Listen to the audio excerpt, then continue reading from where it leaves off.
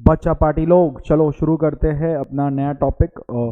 नया टॉपिक मतलब क्या, ये एक रिविजनरी वीडियोस है तो थोड़ा फास्ट रहेंगे, लेकिन हाँ बहुत ही मस्त पढ़ाएंगे। तो जितने सारे इम्पोर्टेंट डिस्कशन रहेंगे चैप्टर के, मैं एक शॉर्ट वीडियो में इसको कवर कर दूंगा ताकि हमारा डिस्कशन अच्छा रहे और बहुत ही बहुत ही बहुत ही ज़्यादा टेस्टी रहे। क्लियर हुआ? आपको एकदम खा जाना है इसको बेहतरीन तरीका से। तो the chapter name is, any guesses? The chapter name is share capital. The chapter name is share capital. Chapter का नाम क्या है? Share capital. यहाँ पे हम लोग डिस्कस करने वाले हैं कि एक कंपनी जब एक कंपनी को शेयर इशू करना रहेगा तो कंपनी किस तरह से शेयर इशू करता है। याद रहेगा, जब कभी भी कंपनी को शेयर इशू करना है तो कंपनी किस तरह से शेयर इशू करना है, किस तरह से शेयर इशू करता है, इसके बारे में अपने डिस्कस करेंगे। तो कंपनी जब शेयर इशू करता है, तो कंपनी को जब शेयर इशू करना रहता है तो कंपनी का कुछ अलग अलग तरीका होता है।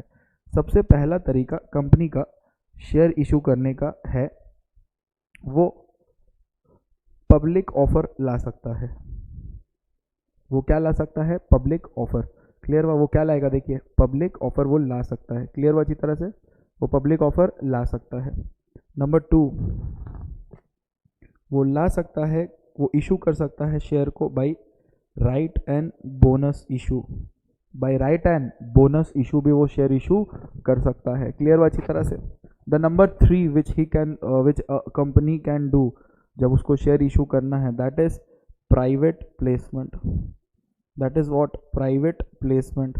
वो शेयर्स को प्राइवेट प्लेसली करके, यानी कि प्राइवेट प्लेसमेंट ला के भी शेयर इशू कर सकता है।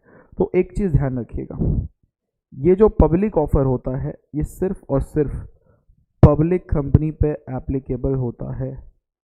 This is for only public company. याद रहेगा, right issue and bonus issue जो है ये बोथ है। It can be both for public as well as private companies. कौन क्या होता है इसके बारे में डिस्कस करेंगे, but it is both for private and public company both. And the private placement is also for both private and public company। तो आपका ध्यान कहाँ है? इधर है। ये देखिए, ये सबसे पहले आपको ध्यान रखना है कि पब्लिक ऑफर लाने के लिए हम लोग ला सकते हैं पब्लिक ऑफर, लेकिन ये एप्लीकेबल किसके लिए? सिर्फ और सिर्फ पब्लिक कंपनीज के लिए। अगर मैं बात करूँ इस स्पॉट का, ये देखिए पब्लिक ऑफर कौन लाएगा? Public company.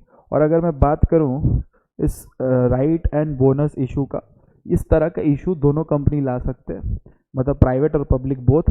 और आगे मैं अगर जाऊं तो इस कंपनी का मतलब उस कंपनी के साइड में अगर मैं पहुंचूं तो यहाँ पे अपने ये सीख सकते हैं कि जो प्राइवेट प्लेसमेंट है वो दोनों ला सकता है, चाहे आप प्राइवेट हो या पब्लिक हो। तो शेयर इशू करने का 3 तरीका है, public offer, right issue, bonus issue, private placement. Now the discussion comes कि ये जो पब्लिक ऑफर है ये कितना तरह का होता है? पब्लिक ऑफर बेटा 3 तरह का होता है। एक होता है IPO, जिसको हम लोग बोलते हैं इनिशियल पब्लिक ऑफर। कंपनी चाहे तो इनिशियल पब्लिक ऑफर ला के भी शेयर इशू कर सकता है। Now what does initial public offer means? Initial public offer means, मैं थोड़ा फास्ट रहूंगा ताकि आप रिवाइज करें। इनिशियल पब्लिक ऑफर मींस जब company first time share issue करता है उसको हम लोग बोलते हैं इनिशियल पब्लिक ऑफर। जब company first time share issue करता है उसी को हम लोग बोलते हैं इनिशियल पब्लिक ऑफर। उसी तरह से कंपनी जब FPO लाता है, जिसको हम लोग फॉलो ऑन पब्लिक ऑफर बोलते हैं या फर्दर पब्लिक ऑफर बोलते हैं। देखो, कंपनी का जब फर्स्ट टाइम था शेयर इशू करने का उसको IPO बोलते हैं, उसके बाद कंपनी जब भी शेयर इशू करेगा उसको हम लोग FPO बोलते हैं, फर्दर पब्लिक ऑफर। क्लियर हुआ? एक और तरह का होता है जिसको हम लोग OFS बोलते हैं, ऑफर फॉर सेल। बेसिकली ये लोग प्रमोटर के जो होल्डिंग है उन प्रमोटर से लेके शेयर बेचते हैं, उसको हम लोग ऑफर फॉर सेल बोलते हैं। इसका डिस्कशन अपने करेंगे। तो पब्लिक ऑफर 3 तरह का होता है, याद रहेगा आपको। अब चलिए डिस्कस करते हैं। अभी अपने डिस्कस करने वाले हैं जो मोस्ट इंपॉर्टेंट पार्ट रहा है अपना, that is section 39 and section 40। दो ठो इंपॉर्टेंट डिस्कशन होने वाला है, section number 39 and section number 40। ध्यान से सुनिए, सेक्शन नंबर 39 एंड 40 क्या बोलता है। 39 एंड 40 बोलता है द रूल्स फॉर अलॉटमेंट, यानी कि अगर ये कंडीशन फुलफिल नहीं हुआ और कंपनी शेयर इशू किया है तो उसका अलॉटमेंट जो वो किया है वो वैलिड नहीं रहेगा। तो starting with the rules of allotment कि कब अलॉटमेंट वैलिड माना जाएगा। हम लोगों को 5 कंडीशन फुलफिल करना पड़ेगा, M C D P R, McDonald से प्यार, यानी कि M C D P R, ये 5 कंडीशन अपने फुलफिल कर दिए।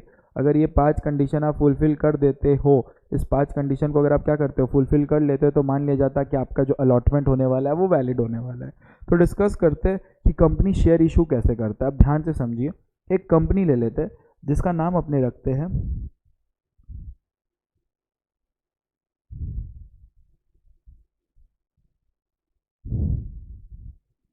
बिजली लिमिटेड, जिसका नाम क्या लगता है बिजली लिमिटेड। अब ध्यान से सुनिए, इस बिजली को फर्स्ट टाइम आईपीओ लाना है। बिजली को क्या करना है, फर्स्ट टाइम आईपीओ लाना है, यानी कि फर्स्ट टाइम पब्लिक ऑफर लाना है। तो जब कोई company first time public offer लाना चाहता है उसी को हम लोग बोलते हैं इनिशियल पब्लिक ऑफर, जिसको शॉर्ट फॉर्म में बोलते हैं आईपीओ। तो देखिए, जब कभी भी किसी कंपनी को शेयर इशू करना है तो सबसे पहले वो कंपनी यहाँ से 2 काम करता है, ठीक है।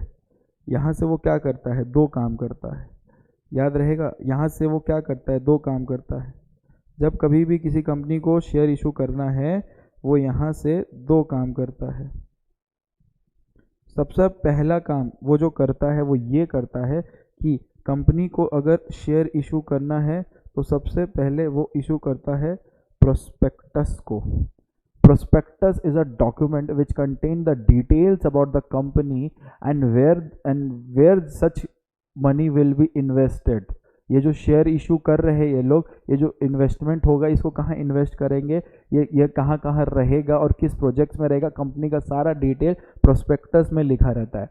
और इस प्रोस्पेक्टस के साथ ही वो लोग एप्लीकेशन फॉर्म भी सबमिट करते हैं। इस प्रोस्पेक्टस के साथ ही वो लोग क्या सबमिट करते हैं, एप्लीकेशन फॉर्म भी सबमिट करते हैं, याद रहेगा। तो ध्यान से देखिए, जब कभी भी किसी कंपनी को शेयर इशू करना है सबसे पहले कंपनी क्या इशू करेगा, प्रोस्पेक्टस। उसी प्रोस्पेक्टस के साथ वो एप्लीकेशन फॉर्म भी देगा। एक चीज़ याद रखिएगा, जिस दिन कंपनी प्रोस्पेक्टस इशू कर रहा है उसी दिन वो कोई भी इंसान जब अपना शेयर इशू करने वाला होता है उसको अप्लाई करना पड़ता है for listing, apply for listing. उसको क्या करना पड़ता है, अप्लाई करना पड़ता है। किसके लिए अप्लाई करना पड़ता है, फॉर लिस्टिंग। कहाँ, इन रिकॉग्नाइज्ड स्टॉक एक्सचेंज, यानी कि जहाँ पे वो चाहता है कि उसका शेयर क्या हो, ट्रेड हो, वो वहाँ पे अप्लाई करेगा। किसके लिए बच्चा लोग, लिस्टिंग के लिए। वो वहाँ पे अप्लाई करेगा किसके लिए, बोलिए, लिस्टिंग के लिए। तो एक कंपनी को अगर शेयर इशू करना है तो सबसे पहले वो प्रोस्पेक्टस इशू करता है। उस प्रोस्पेक्टस के साथ वो एप्लीकेशन फॉर्म अटैच करके देता है और जिस दिन कंपनी को शेयर इशू करना है वो डिसाइड कर लेता है कि वो अपना शेयर का कहाँ ट्रेडिंग करेगा, वो अपना शेयर का कहाँ ट्रेडिंग करेगा। इसीलिए वो एक एप्लीकेशन भी सबमिट करता है एक रिकॉग्नाइज्ड स्टॉक एक्सचेंज में, जहाँ पे वो परमिशन ले रहा होता है लिस्टिंग के लिए। यानी कि you need to apply for listing in recognised stock exchange, in recognised stock exchange. अब ध्यान से सुनिए, अब ध्यान से सुनिए। अब अलॉटमेंट तभी किया जाएगा जब ये 5 कंडीशन फुलफिल हो जाएगा। अलॉटमेंट तभी करना जब ये 5 कंडीशन आप फुलफिल कर लो, M C D P R. हम क्या वर्ड यूज किए, M C D P R. Once more, M C D P R. ये 5 कंडीशन फुलफिल होगा तो अलॉटमेंट वैलिड होगा, नहीं तो अलॉटमेंट वैलिड नहीं होगा। तो दिमाग में आएगा एम क्या है, M for minimum subscription, minimum subscription. देखिए सर, मिनिमम सब्सक्रिप्शन होना ज़रूरी है, यानी कि आप शेयर इशू कर रहे हैं, मेरे को प्रॉब्लम नहीं है, लेकिन इतना सब्सक्रिप्शन आ जाना चाहिए, यानी कि इतना लोग इंटरेस्टेड होना चाहिए आपके कंपनीज में शेयर में इन्वेस्ट करने के लिए। अब ध्यान से समझिए बातों को। यहाँ पे जब आप कंपनी शेयर इशू करता है तो प्रोस्पेक्टस इशू करता है और वो अप्लाई कर देता है लिस्टिंग के लिए कोई रिकॉग्नाइज स्टॉक एक्सचेंज में। बेटा वो जो रिकॉग्नाइज स्टॉक एक्सचेंज में लिस्टिंग के लिए अप्लाई किया है उसका नाम भी वो प्रोस्पेक्टस में डाल देता है कि वो कहाँ कहाँ लिस्टिंग के लिए अप्लाई किया है। तो सबसे पहला अलॉटमेंट तभी करेंगे अगर 5 कंडीशन फुलफिल होगा। अगर वो 5 कंडीशन फुलफिल नहीं होगा तो अलॉटमेंट नहीं किया जाएगा। उस 5 कंडीशन में नंबर 1 आता है मिनिमम सब्सक्रिप्शन। मिनिमम सब्सक्रिप्शन का मतलब ये होता है कि आपको इतने लोग इंटरेस्टेड होना चाहिए आपके शेयर्स को खरीदने में, तभी हम अलॉटमेंट फर्दर करेंगे। अब देखिए मिनिमम सब्सक्रिप्शन में आपको एक चीज़ ध्यान रखना है, आपको अकॉर्डिंग टू कंपनीज एक्ट भी देखना है, ठीक है, कि कंपनीज एक्ट में मिनिमम सब्सक्रिप्शन कितना दिया है, और आपको सेबी को भी फॉलो करना है। ध्यान दीजिए जब आप शेयर इशू करते हो, अपने आप को लिस्टिंग के लिए अप्लाई करते हो, आप अगर लिस्ट हो गए तो आप क्या बन जाएंगे, लिस्टेड कंपनी। तो जब कभी भी इशू ऑफ सिक्योरिटीज़ का मुद्दा आता है, सेबी बड़ा हो जाता है कंपेयर टू कंपनीज एक्ट, यानी कि सेबी का बात पहले सुनेंगे कंपेयर टू कंपनीज एक्ट। लेकिन जब हम लोग नॉलेज रहे तो हम लोग ये भी जान लेंगे कि कंपनीज एक्ट में मिनिमम सब्सक्रिप्शन कितना है और सेबी में मिनिमम सब्सक्रिप्शन कितना है। तो ध्यान से समझिए, कंपनीज एक्ट में जो मिनिमम सब्सक्रिप्शन का बात किया गया है वो किया है अमाउंट जो प्रोस्पेक्टस में लिखा हो, यानी कि अमाउंट रिटन इन प्रोस्पेक्टस, याद रहेगा वो अमाउंट जिसका प्रोस्पेक्टस में लिखा हो, यानी कि जितना अमाउंट इस प्रोस्पेक्टस में लिखा है, ये पढ़ पा रहे हैं आप, जितना अमाउंट इस प्रोस्पेक्टस में लिखा हुआ है उतना ही मिनिमम सब्सक्रिप्शन होगा। अगर प्रोस्पेक्टस में लिखा है 10% तो कितना होगा 10%, बट सेबी गाइडलाइन के हिसाब से 90% होना चाहिए minimum subscription of face value of the share issued, ठीक है, 90% होना चाहिए। कितना होना चाहिए बोलिए, 90%। अकॉर्डिंग टू सेबी कितना होना चाहिए, 90% होना चाहिए, 90%। तो जब शेयर इशू होता है तो हम लोग सेबी का बात सुनते हैं, तो मिनिमम सब्सक्रिप्शन कोई पूछा आपसे तो आप बोलोगे 90%। Okay, I am coming to the doubts, 90% minimum subscription होना चाहिए। नेक्स्ट, सी फॉर क्या है, सी फॉर बोलता है आपको एप्लीकेशन मनी कलेक्ट करना है, collection of application money, collection of application money, याद रहेगा, कलेक्शन ऑफ एप्लीकेशन मनी। पहले एप्लीकेशन सबमिट होता है ना, सब्सक्राइब करने वाले लोग क्या सब्सक्राइब करेंगे एप्लीकेशन से, तो एप्लीकेशन मनी आना चाहिए। कितना बोल रहा है, सेबी के अनुसार 25%, सेबी के अनुसार 25% और कंपनीज एक्ट के अनुसार 5%। लेकिन हम लोग फॉलो क्या करेंगे, सेबी को फॉलो करेंगे। सेबी के अनुसार कितना 25%, सेबी के अनुसार कितना 25% आपका एप्लीकेशन मनी आ जाना चाहिए, तभी आप अलॉटमेंट के लिए प्रोसीड करिएगा। तो अलॉटमेंट का रूल क्या है, मिनिमम सब्सक्रिप्शन आना चाहिए, मिनिमम सब्सक्रिप्शन आना चाहिए। दूसरा, सेबी के अनुसार आपका एप्लीकेशन मनी का collection of application money minimum कितना 25%। उसके बाद एप्लीकेशन मनी से जो पैसा आ रहा है उसको कंपनी को डिपॉजिट करना है एक सेपरेट बैंक अकाउंट में, जिस बैंक अकाउंट का नाम हम लोग बोलते हैं एस्क्रो। क्या वर्ड यूज़ करते हैं, एस्क्रो, यानी कि आपको एस्क्रो अकाउंट में उस पैसा को डिपॉजिट करना है। But to be very much frank, nowadays एक ऐप आ गया है जिसका नाम है एस्बा। नाम क्या है बोलिए, एस्बा। एस्बा का मतलब होता है ऐप सपोर्टिंग ब्लॉक्ड अमाउंट। मतलब क्या होता है बोलिए, app supporting blocked amount, app supporting blocked amount. मैं यहाँ हूँ बाबा, ऐप सपोर्टिंग ब्लॉक्ड अमाउंट। इसका मतलब क्या होता है कि अब क्या होगा, जिस शेयर को आप इन्वेस्ट किए हो उसमें जितना पैसा आप इन्वेस्ट कर रहे हो, एप्लीकेशन मनी सबमिट कर रहे हो, वो आप ही के बैंक में ब्लॉक होकर रुक जाएगा।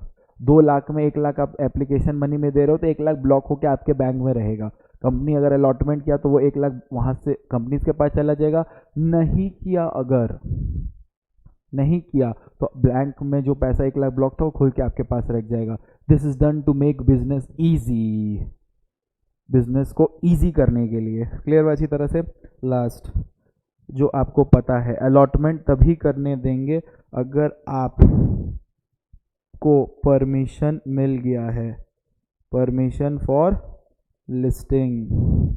अभी तक ऊपर आप सिर्फ अप्लाई किए हो, परमिशन मिला नहीं है, परमिशन मिल जाएगा लिस्टिंग के लिए तब आप अलॉटमेंट करोगे। तब आप क्या करोगे? अलॉटमेंट करोगे। तो सपोज करो परमिशन मिल गया तो क्या प्रोसीड करें?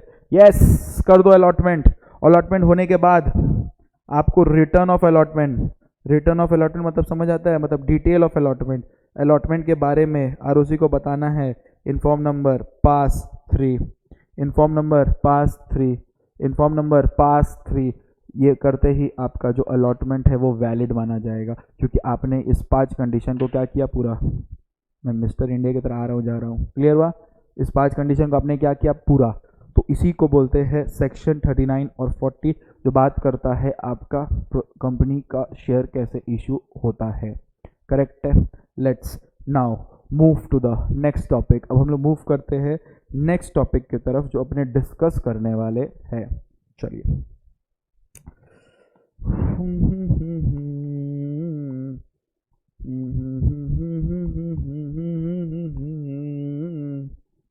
गा लेता हूँ मैं कभी कभी। उठो, रुक जाना नहीं तू कभी हार के, कांटों पे चल के मिलेंगे। आगे नहीं आता। राहे बाहर के, ओ राही ओ राही। चलिए चलो चलो चलो चलो चलो चलो चलो चलो चलो रे चलो चलो, आ जाओ। अब अपने करने वाले हैं बायबैक। अपने क्या डिस्कस करने वाले हैं? Buyback. Now what is buyback? Now what is buyback? ध्यान से समझिए बायबैक क्या होता है। बायबैक एक मस्त चीज़ है, वो तो पता है सर। क्या होता है ये बताइए। होता क्या? ध्यान से समझिए। कंपनी जब शेयर इशू करता है पब्लिक को, पब्लिक इसको पे करता है और ये क्या देता है? शेयर। यस और नो? कंपनी शेयर देता है पब्लिक को, पब्लिक इसको पे करता है। राइट और रॉन्ग? राइट।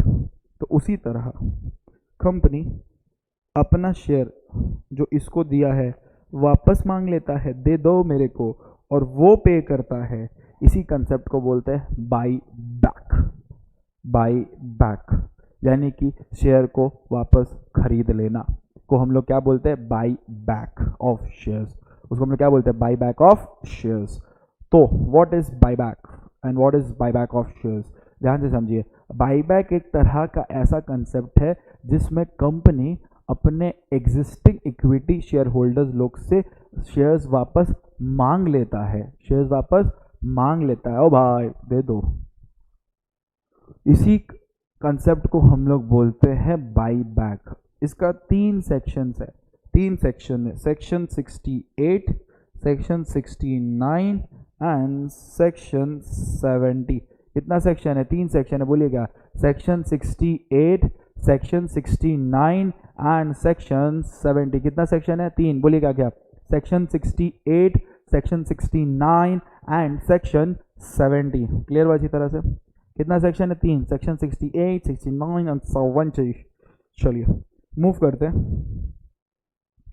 बायबैक की तरफ। बायबैक करने के लिए आपको कुछ कंडीशन को फुलफिल करना पड़ेगा। ध्यान से समझिए। बायबैक करना चाहते हो तो कुछ फॉर्मेलिटीज़ पूरा करना पड़ेगा आपको। बायबैक करने के लिए कुछ फॉर्मेलिटीज़ को पूरा करना पड़ेगा। ध्यान से समझिए। सबसे पहला आपको चेक करना है कि आर्टिकल ऑथोराइज है कि नहीं है। Article must authorise. अगर आर्टिकल ऑथोराइज नहीं कर रहा है देन आप अमेंड कर दीजिए आर्टिकल को by passing what? SR in GM. एक चीज़ नोटिस करिएगा, जब कभी भी एसआर इन जीएम पास हो आपको एक फॉर्म सबमिट करना है MGT 14। एसआर इन जीएम के साथ हमेशा एक फॉर्म जाएगा जिसका नाम क्या है? MGT 14। क्लियर हुआ? MGT 14 याद रहेगा। अच्छा, moving on to the next part. एक बार आर्टिकल अमेंड हो गया फिर आपको एसआर इन जीएम पास करना है फॉर बायबैक। वहाँ ऊपर तो किया था सर, वहाँ पे आप एसआर इन जीएम पास किए थे आर्टिकल को अमेंड करने के लिए। यहाँ पे एसआर इन जीएम वापस से पास किया जा रहा है बायबैक करने के लिए। क्लियर हुआ अच्छी तरह से? Moving on. आपको एसआर इन जीएम पास करने का नीड नहीं है अगर बायबैक सिर्फ 10% हो रहा है।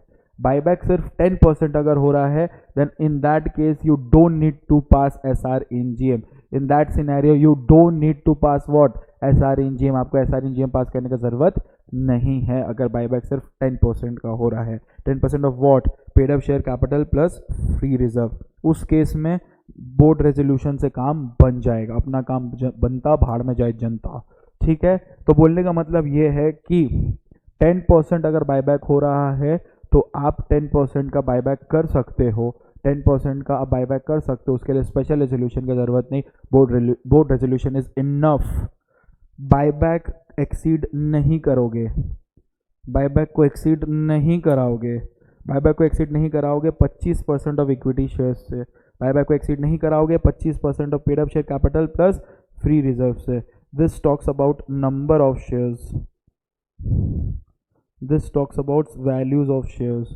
ठीक है, बायबैक का शेयर जितना नंबर है, जितना पीस है, उसमें से 25 पीस, यानी कि जितना पीस है उसमें से 25% ही पीस का बायबैक करवाओगे।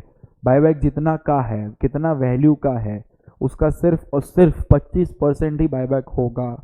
मूविंग ऑन, बायबैक कर रहे हो, डिसाइड कर लियो पहले, लेकिन ध्यान देना कि बायबैक करने के बाद जो डेट इक्विटी रेशियो वो एक्सीड ना करे 2:1 से। याद रहेगा, ये कंडीशन जब आप पूरा कर लोगे तो आप बायबैक कर सकते हो। एक चीज़ ध्यान देना, यहाँ पे जो पेड अप शेयर कैपिटल आप देख रहे थे उसके अंदर आएगा सिर्फ और सिर्फ इक्विटी शेयर कैपिटल। उस बायबैक के अंदर सिर्फ क्या आएगा, बोलिए, इक्विटी शेयर कैपिटल। क्लियर हुआ अच्छी तरह से? अब ध्यान से समझिए, ध्यान से समझिए। कंपनी को डिक्लेयर करना है सॉल्वेंसी, कंपनी को डिक्लेयर करना है व्हाट, सॉल्वेंसी। कैसा solvency? Company must declare solvency. क्यों सॉल्वेंसी? क्योंकि बायबैक कर रहा है, क्रेडिटर लोग को डर लग रहा है, तो वो एक सॉल्वेंसी फॉर्म साइन करेगा SH9। किसको जमा करेगा? ROC को, ये बोलते हुए कि बायबैक करने के बाद भी मैं सॉल्वेंट रहूंगा, बायबैक करने के बाद भी मैं क्या रहूंगा? सॉल्वेंट रहूंगा। चलिए, अब बायबैक हो चुका है। बायबैक होने के बाद कंपनी को रजिस्टर मेंटेन करना है in form number SH10। Company को क्या मेंटेन करना है? एक रजिस्टर मेंटेन करना है इन फॉर्म नंबर SH10। उसी तरह से कंपनी को इसी रजिस्टर का डिटेल सबमिट करना है ROC को इन फॉर्म नंबर SH11। उस फॉर्म के साथ एक और फॉर्म चिपक के जाएगा, उसका दोस्त बन के, उस फॉर्म का नाम है SH15। ये फॉर्म तब दिया जाता है जब ये डिक्लेयर करते हो कि आप सारा कंप्लायंसेस फॉलो किए हो। उसके बाद आपको शेयर को कैंसिल कर देना, बायबैक होने के बाद शेयर को कैंसिल कर देना है 7 दिन के अंदर। याद रहेगा, फिर 6 महीना तक कोई भी फ्रेश इशू आप नहीं कर सकते। कॉमेडी नहीं चल रहा, बायबैक दिया, बायबैक लिया, बायबैक किया, पहले फिर शेयर ले लो, पहले बायबैक कर लिया फिर बोले लो नया शेयर। नहीं, आप फ्रेश इशू नहीं कर सकते, इक्विटी शेयर का बायबैक नहीं कर सकते 1 साल तक। और जितना भी फॉर्मेलिटी आपने किया है वो 1 साल के अंदर पास हो जाना चाहिए, मतलब 1 साल के अंदर बायबैक हो जाना चाहिए, तभी वो रेजोल्यूशन के अंदर। आज SR पास किए हो, 1 साल के अंदर वो बायबैक कर लेना। Okay, then comes the section 69। Now what does section 69 means? Section 69 simply means that buyback जो हो रहा है करो, लेकिन जिस फेस वैल्यू का बायबैक कर रहे हो, जितना शेयर का बायबैक कर रहे हो, उसका फेस वैल्यू इक्विवेलेंट एक अकाउंट बना के वहाँ डाल देना, that is capital redemption reserve account. जितना बायबैक कर रहे हो, जितना शेयर्स का बायबैक कर रहे हो, उसका फेस वैल्यू जितना एक अकाउंट बना के क्रिएट करना है, जिसका नाम क्या है? Capital redemption reserve account. और ये CRR यूज होगा बायबैक के, सॉरी, बोनस के लिए। जब बोनस इशू करोगे तो अकाउंट को यूज करोगे। मोस्ट इंपॉर्टेंट, चीनी लगाना है, चाटना इसको एकदम। प्रोहिबिशन फॉर बायबैक, कब बायबैक करने नहीं देंगे, कब आपको बायबैक करने नहीं देंगे, हम आपको बायबैक करने नहीं देंगे। कसम खाएंगे कि आपको हम बायबैक करने नहीं दे, कसमें वादे खाएंगे कि आपको बायबैक करने नहीं दे। कब आप बायबैक नहीं करोगे? ध्यान से देखो, आप बायबैक नहीं कर सकते किसी सब्सिडरी कंपनीज के साथ। कॉमेडी चल रहा है क्या? सब्सिडी कंपनी से बायबैक कर लोगे तो फिर होल्डिंग सब्सिडी खराब हो जाएगा ना, नहीं करने देंगे। इन्वेस्टमेंट कंपनीज बायबैक नहीं कर सकते, उनका काम ही है पैसा लगाना। अगर कंपनी डिफॉल्ट किया है पेमेंट का, अभी तक पेमेंट नहीं दिया है, किसी इंटरेस्ट का, डिपॉजिट का, डिबेंचर रिडीम नहीं किया, प्रेफरेंस शेयर रिडीम का समय आगे नहीं दिया, कोई लोन पेमेंट नहीं दिया, इंटरेस्ट नहीं दिया, भैया यहाँ पे इतना पेमेंट बाकी है और तुमको यहाँ पे जवानी चढ़ा है, तुमको बायबैक करना है। हाँ, ये वाला पेमेंट डिफॉल्ट किया, बायबैक करेगा तुम? बेशरम आदमी, नीच। अब देखो दूसरा, company has made default in filing of annual return. Company has made default in filing of filing annual return. Annual return file नहीं किया टाइम पे, तुम डिविडेंड डिक्लेयर किया नहीं ठीक से, ठीक है, या फेल हो गया डिविडेंड देने से, या फाइनेंशियल स्टेटमेंट ठीक से फाइल नहीं है, तो बायबैक करने नहीं देंगे। अच्छा, ये जो प्रोहिबिशन है ठीक हो जाएगा, लिफ्ट हो जाएगा अगर डिफ़ॉल्ट को सही कर दिया और 3 साल एक्सपायर हो गए, यानी कि जिस दिन सही किए वहाँ से 3 साल एक्सपायर होगा, तब बायबैक कर सकते हो। ओके गाइस, आई होप आपको मज़ा आया आज के सेशन में। नेक्स्ट सेशन में हम लोग इसको कंटिन्यू करते हैं, वे मिलेंगे। Love you, take care.